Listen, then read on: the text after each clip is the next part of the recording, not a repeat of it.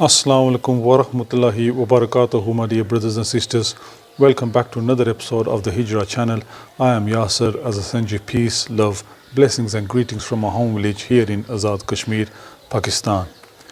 In our previous episode, we spoke about the story of the young companions of the cave from Surah Al-Kahf, chapter 18 of the Holy Quran, and how it teaches us the subject of time, time travel, and traveling through the different dimensions of space and time connected to Dajjal, the Antichrist, that he is present upon this earth, advancing and progressing his mission to a successful completion whilst he is in a different dimension of space and time.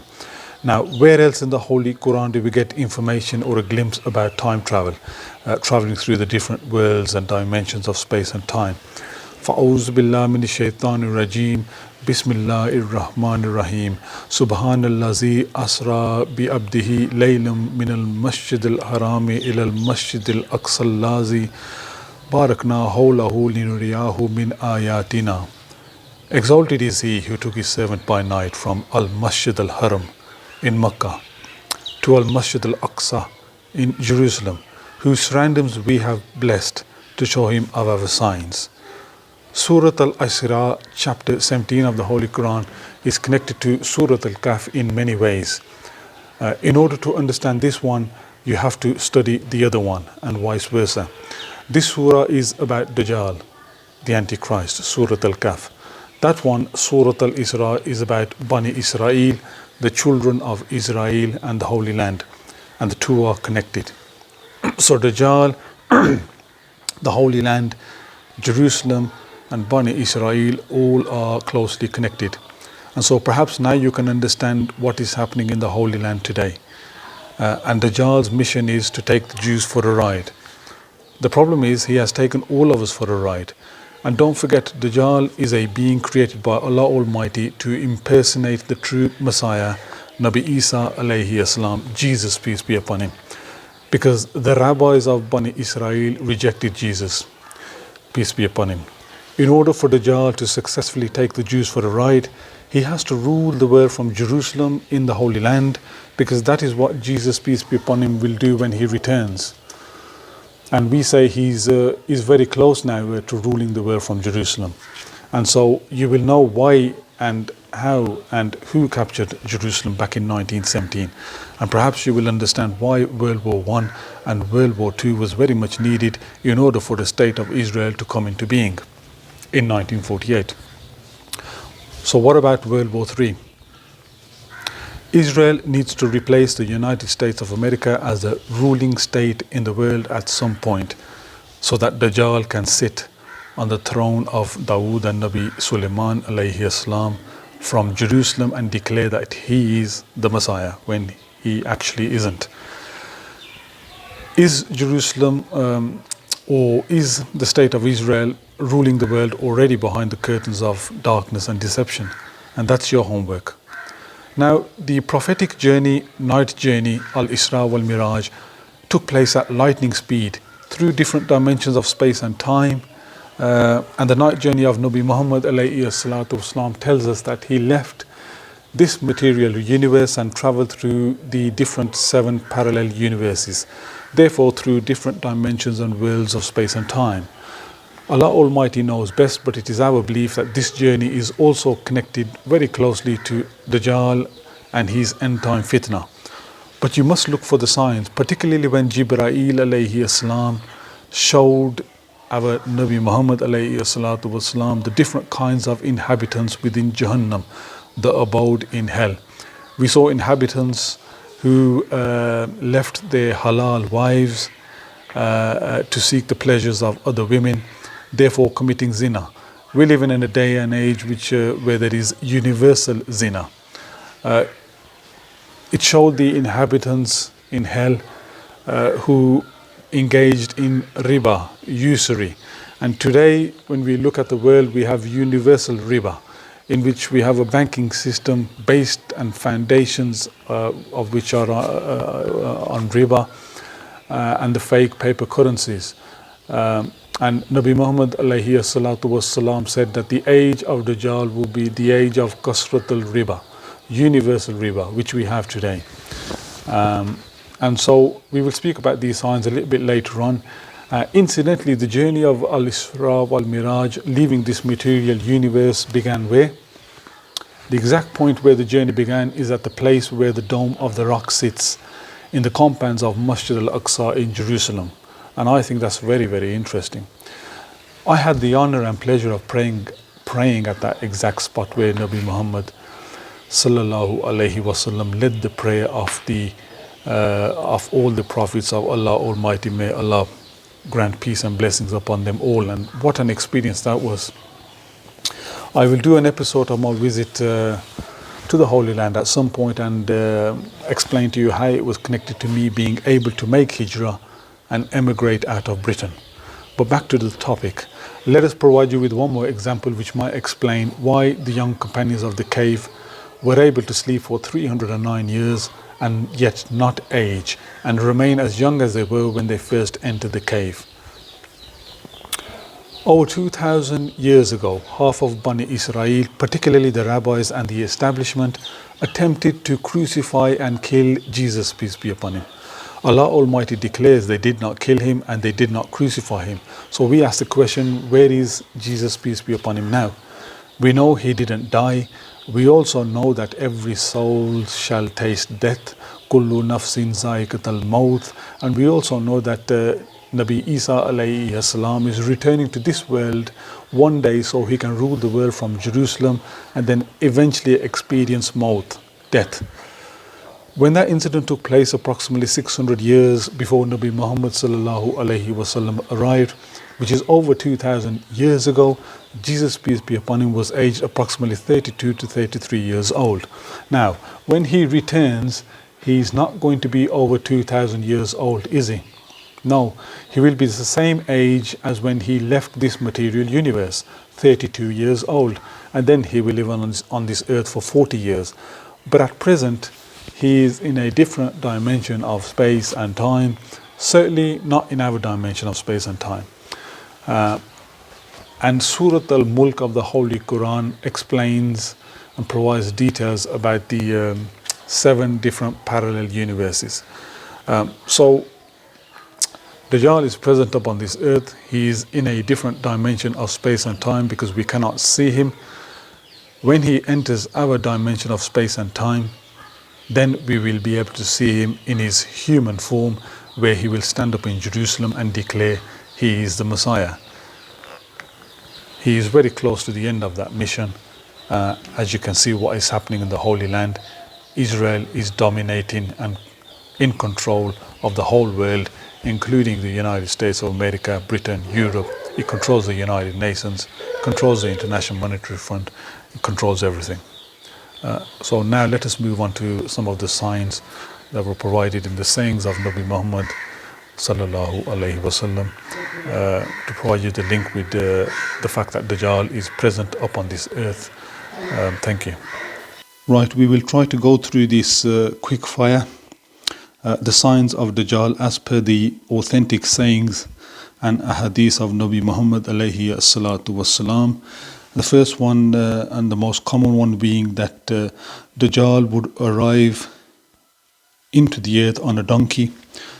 The donkey would have his ears stretched out wide and it would fly as fast and as high as the clouds. Found in Musnad Ahmed. This is part of a long hadith cited by Imam Ahmed about the Dajjal, a part of which reads, and he has a donkey that he rides. The width between its ears is 40 cubits, which is a clear reference to the large wingspan of the modern medium-sized aircraft. And this hadith chain of narration is authentic as stated by Shuaib al-Arnaout in his revision of Musnad Ahmed. We find a number of various narrations in other sources, and one which is found in Mustarak Hakim, which provides a really detailed description of. I've added a small amount of that description here, in which it says the donkey's belly will be full of fire, but the one sat on the donkey would come to no harm. It is clear the engines of the aircraft with the fuel, have the jet engines have a fuel of fire, and people who are sat inside on the aircraft seats obviously are untouched by this fire. The Hadith actually provides a further description about the donkey would have comfortable seating, would have lighting inside, and there would be announcements made at every stop that the donkey makes. I'll leave your imagination to delve into what this means, but it's quite clear to us. Dajjal would stand in the ocean and the water would come only up to his knees.